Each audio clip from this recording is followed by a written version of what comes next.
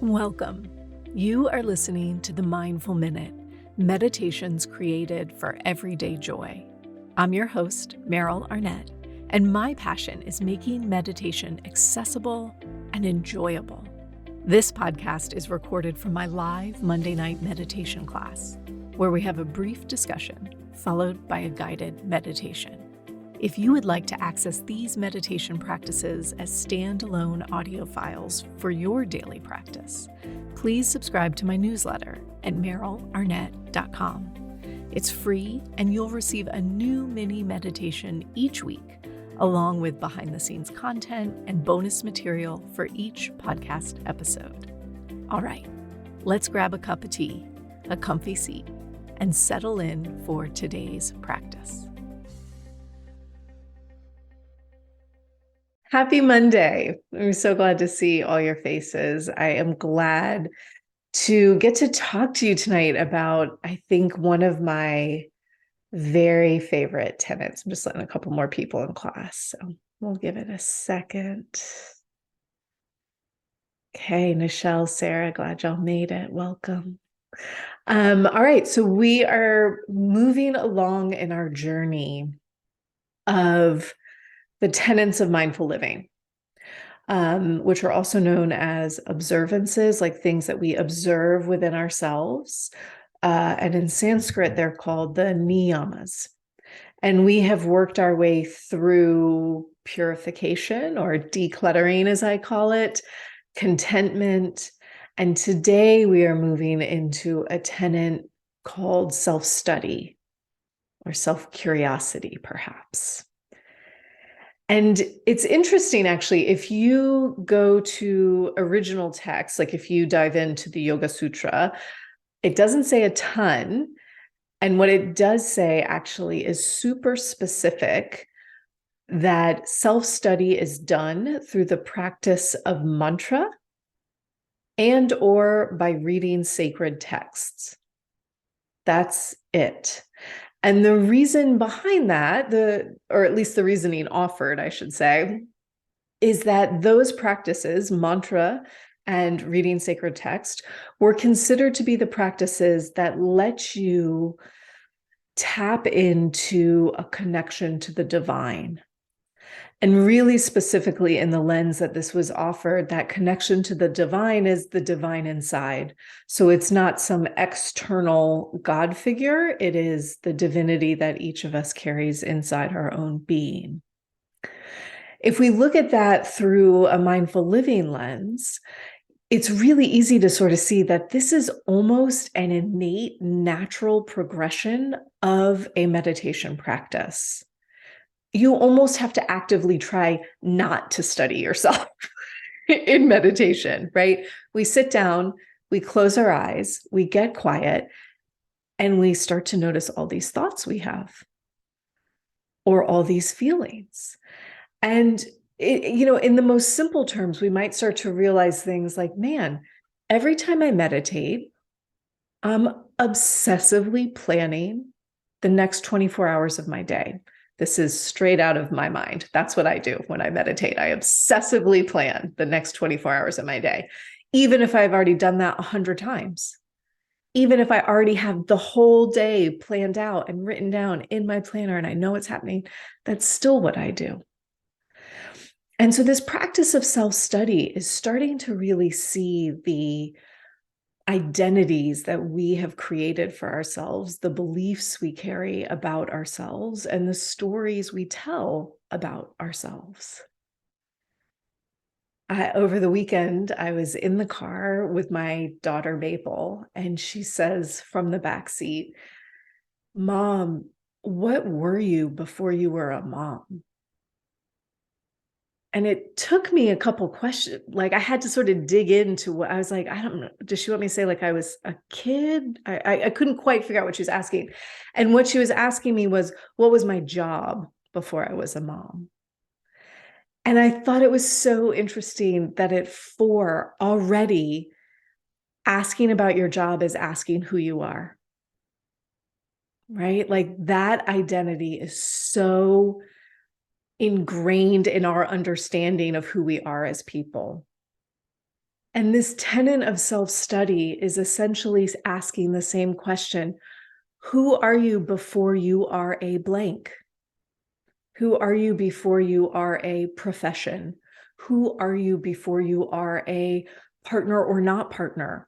Who are you before you are a active political person or anti-politics? Who are you before your belief that you're type A or a total procrastinator, obsessively on time or always late, somebody who fights, somebody who runs? Who are we before all of those identities? You know how you go on a road trip from Atlanta to the beach, it's like six-ish hours roughly, right? And you hop on 85, 75, driving down, and it doesn't take long before that first bug splatters on the windshield and you see that first one, right? You're like, oh, giant bug dead on my windshield. And then you drive the 6 hours and you get to the beach and you get out of the car and you're so happy to stretch your legs and you like turn around and the sun glints off your windshield and you see the 85,000 bugs crusting the front of your car. And you saw that first one, but you missed the subsequent 80,000, right? They're just there and we don't even see them. We're just looking through the windshield. So meditation, the act of self-study within meditation, is the act of going, let's look at this bug here. And then let's look at this one. And then this one. And then this one, so that we start to see all of the things that cover or shield or rest on our eyes as we take in the world around us. All of the ways that we construe our identity, our ego, the little I self, all of the ways that we have built the stories around who we are. And it was, even in that story with my daughter, like the minute I figured out what she was asking, I had all of this, like, I'm trying to impart really complex thoughts about motherhood and identity and work to a 4-year-old. And she like literally wanted to know that I taught yoga before I was a mom, which is what I did. But I was like, that my identity is like, that's not the answer I give. We're going to sit down and have a whole conversation around it, right? And that is a lens that I see the world through. That's an identity to look at. And so what we do in this practice is we're simply curious. It is not a practice of fixing ourselves. It is not a practice of fixing ourselves. We are not here to decimate our identities. We're not here to beat ourselves up about it, to judge or shame ourselves for who we are or aren't and what we believe and don't believe. This tenet is deeply interwoven with self-compassion. We're here to see, to name, to reclaim all of the pieces of ourselves, especially the pieces that we try to disown. I bet you all have heard this saying before, but you know how one of those wise, horrid sayings out there is about the person who most annoys you? And the saying is like, whatever it is in that person that drives you insane, you possess the same quality, right? It's so horrible when you hear that. You're like, oh. And so rather than go, oh, I don't want that. This is the opportunity to go, so where does that show up? Or where do I cram it down and not let it show up? Why am I so resistant to it? It was, last week, I interviewed an author for the podcast. It's not coming out till like late June, early July. And he's written a book on some pretty heady teachings within Buddhism, right? Like there's some pretty deep teachings specifically around like formlessness and identity and no thing. it's a lot. It asks your mind to really sort of go out there. So I read the book and we're having this conversation, and I told the author this. I'm reading the book, and at one point, he's giving an example from his life. So, a very personal story from his life.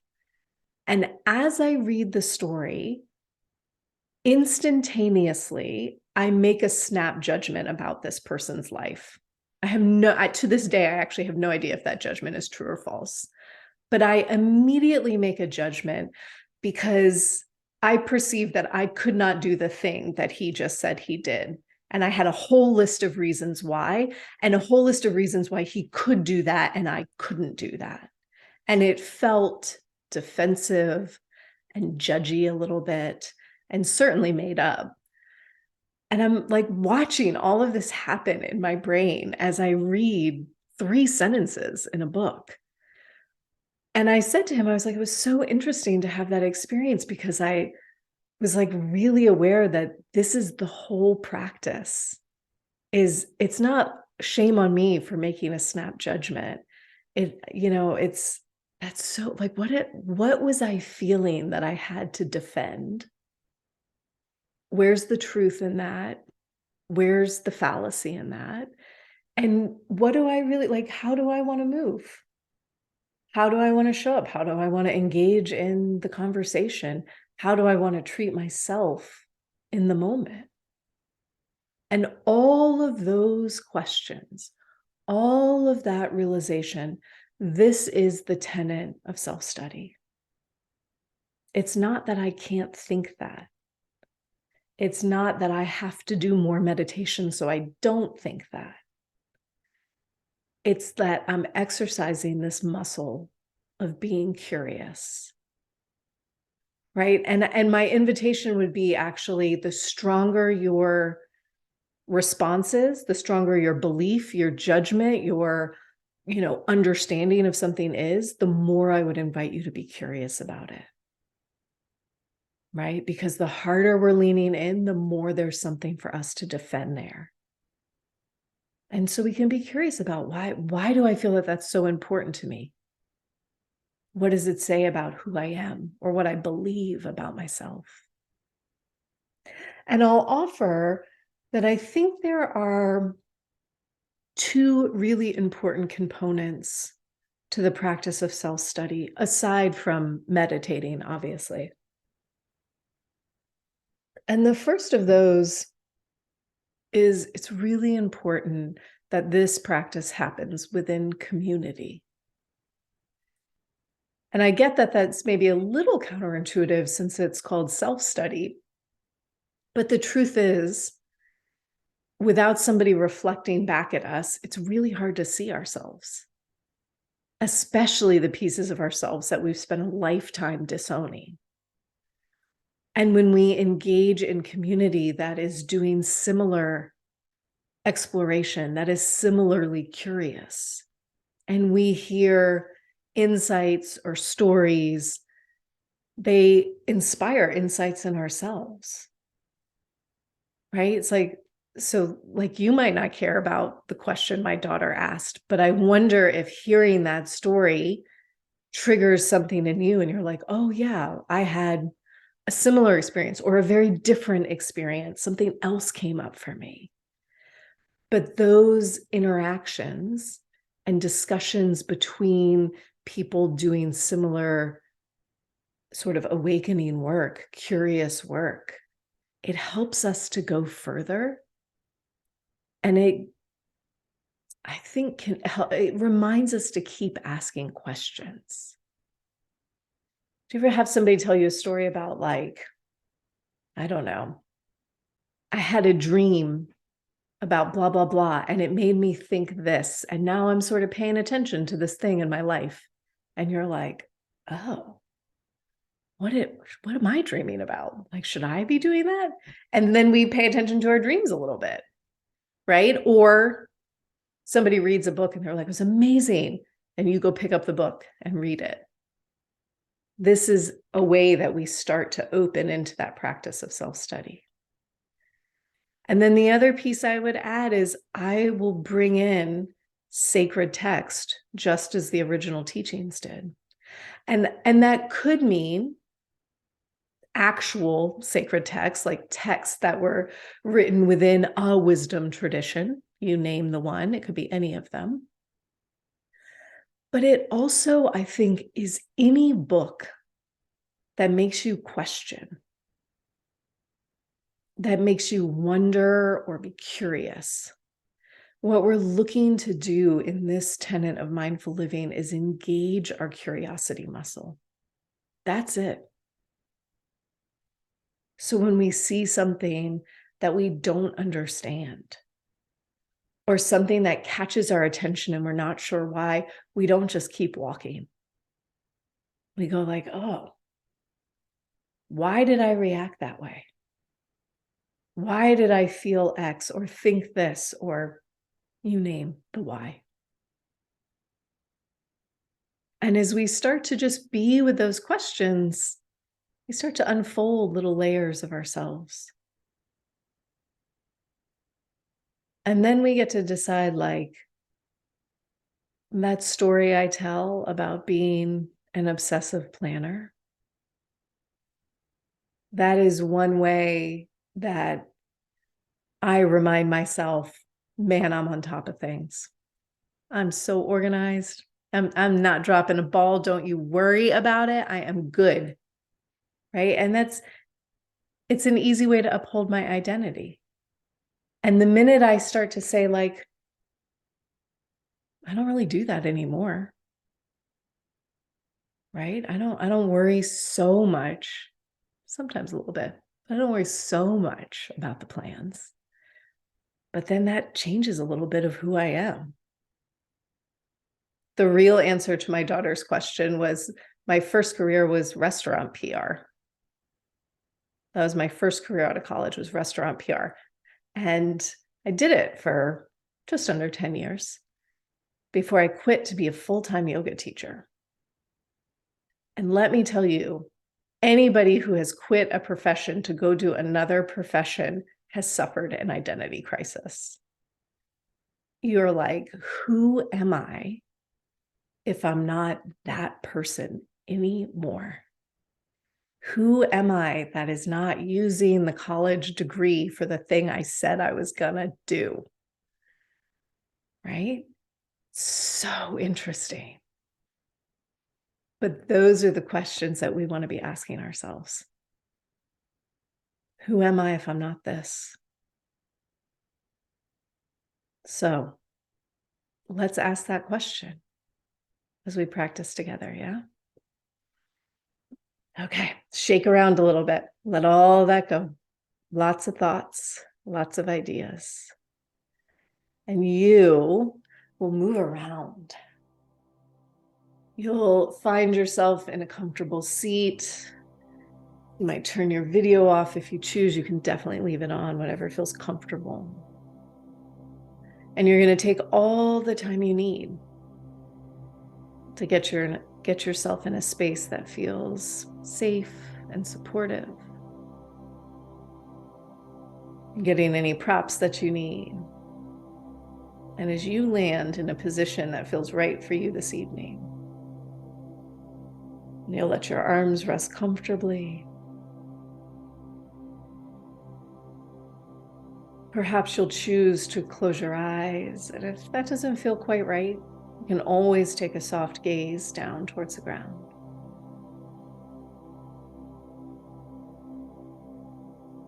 And we give ourselves enough time to let go of everything that's already happened. We give ourselves enough time just to land right here in our bodies, in this circle.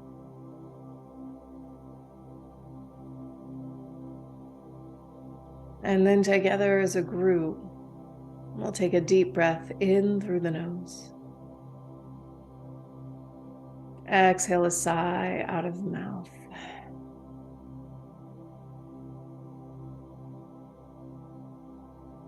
And we'll do that again, inhaling deeply.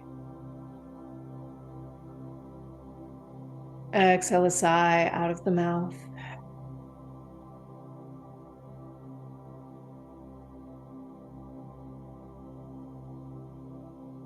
and allowing your breath just to flow naturally.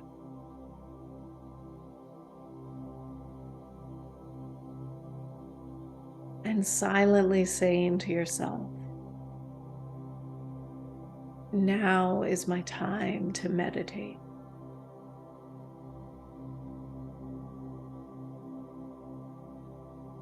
Now is my time to meditate.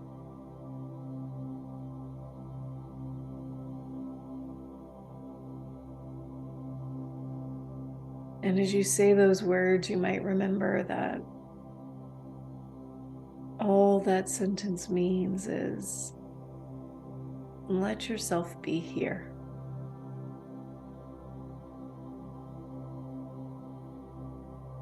Let go of all the things you've already done.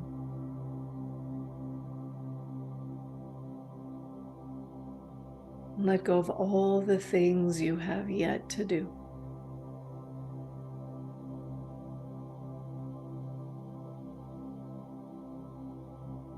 And for a moment, just bring all of your awareness down to the seat you rest on. The chair, the cushion, the earth.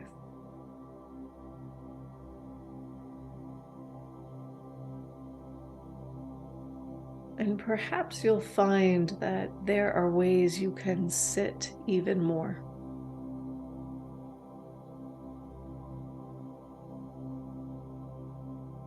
All those subtle ways that we prepare for the next thing. We'll try to just let them go here.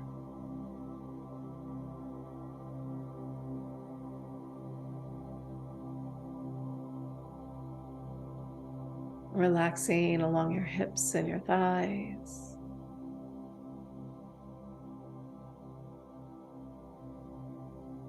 Just very gently feeling up the length of your spine.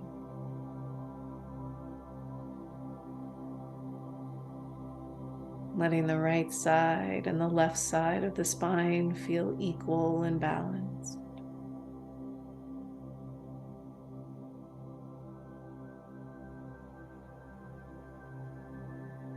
And let the front side and the back side of the spine feel equal and balanced.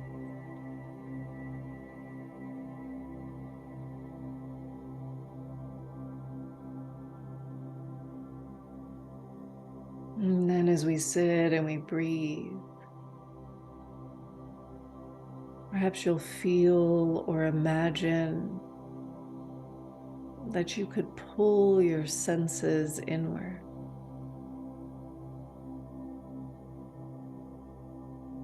That you could turn your gaze inward. And your hearing.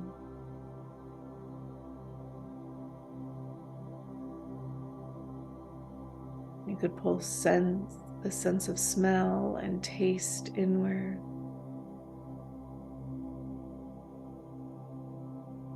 A sense of touch or feeling inward.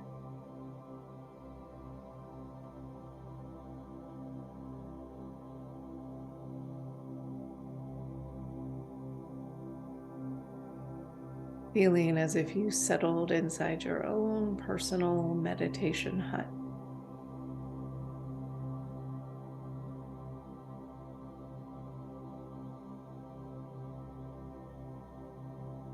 And inside this space, you feel your forehead smooth and broaden.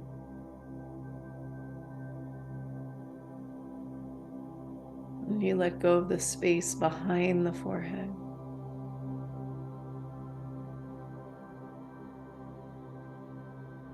Softening the skin around the eyes and the space behind the eyes.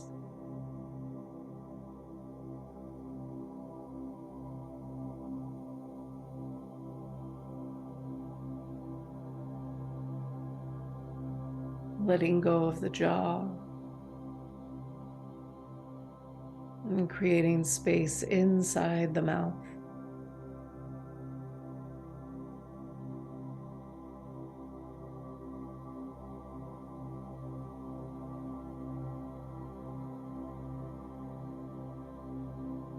Softening across your shoulders.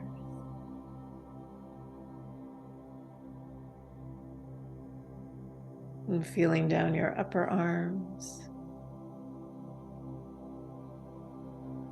your lower arms.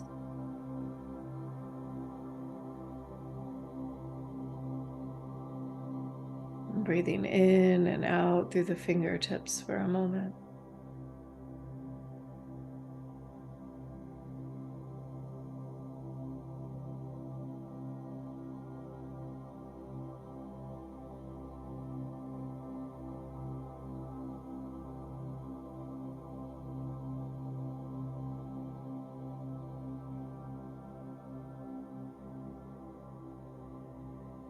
Softening the muscles in the chest.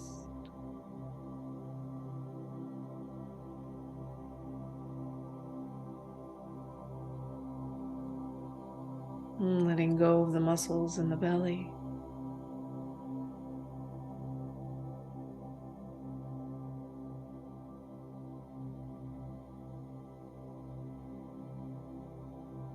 And then feeling your body breathe.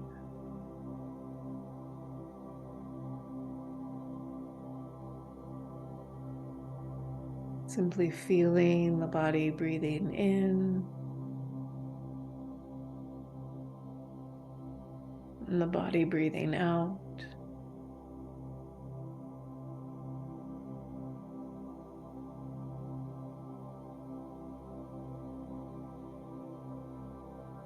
And in a moment,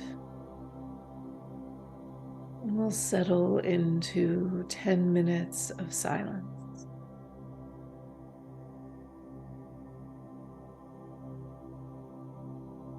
And as we do so, all these other things happen. We'll think thoughts, maybe dream daydreams. Maybe we'll feel relaxed or uncomfortable.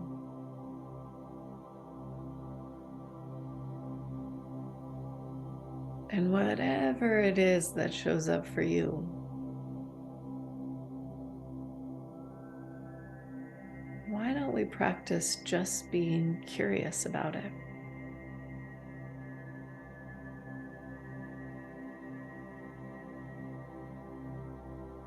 It doesn't have to be right or wrong or good or bad.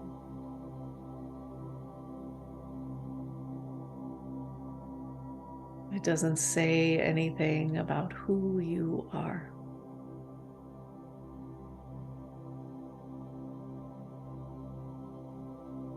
And so we could just say, look at that thought. How interesting. Look at that story. How interesting.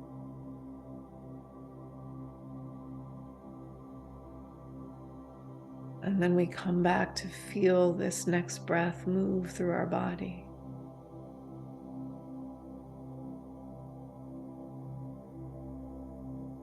We stay curious about the distractions. We return again and again to the breath and the body.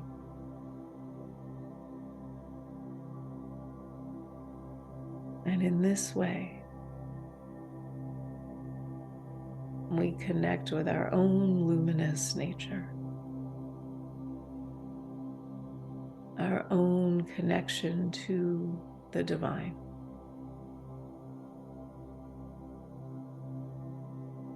In this breath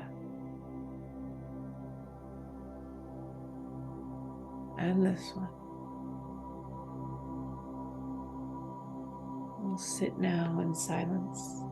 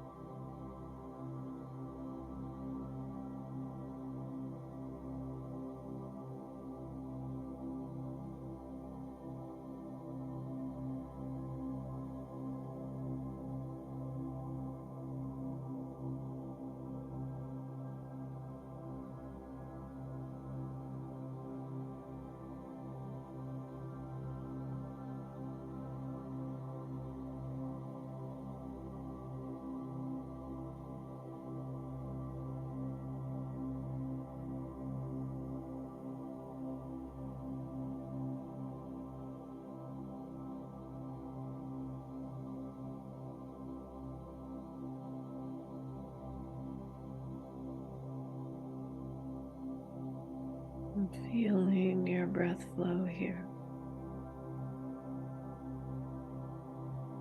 Noticing the thought, the story, the feeling moving through you in this moment.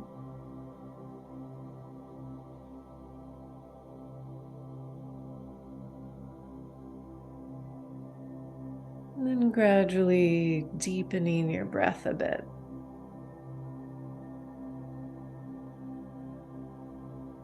Straightening your spine if you slumped over at all. Wiggling your fingers, your toes, finding those edges once again.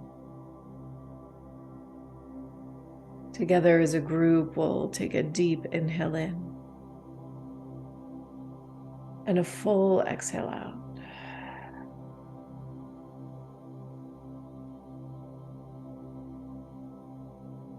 Taking all the time you need to let go of your practice, to blink your eyes open. And as we wrap up today, I'll just add perhaps that I think journaling is the third vital component to self-study. So at the end of your practice, take 2 to 5 minutes. Write down what you thought about or what you felt or what happened or what you daydreamed about, and let that be the starting point of curiosity for you. Thank you guys. I look forward to continuing the series next week.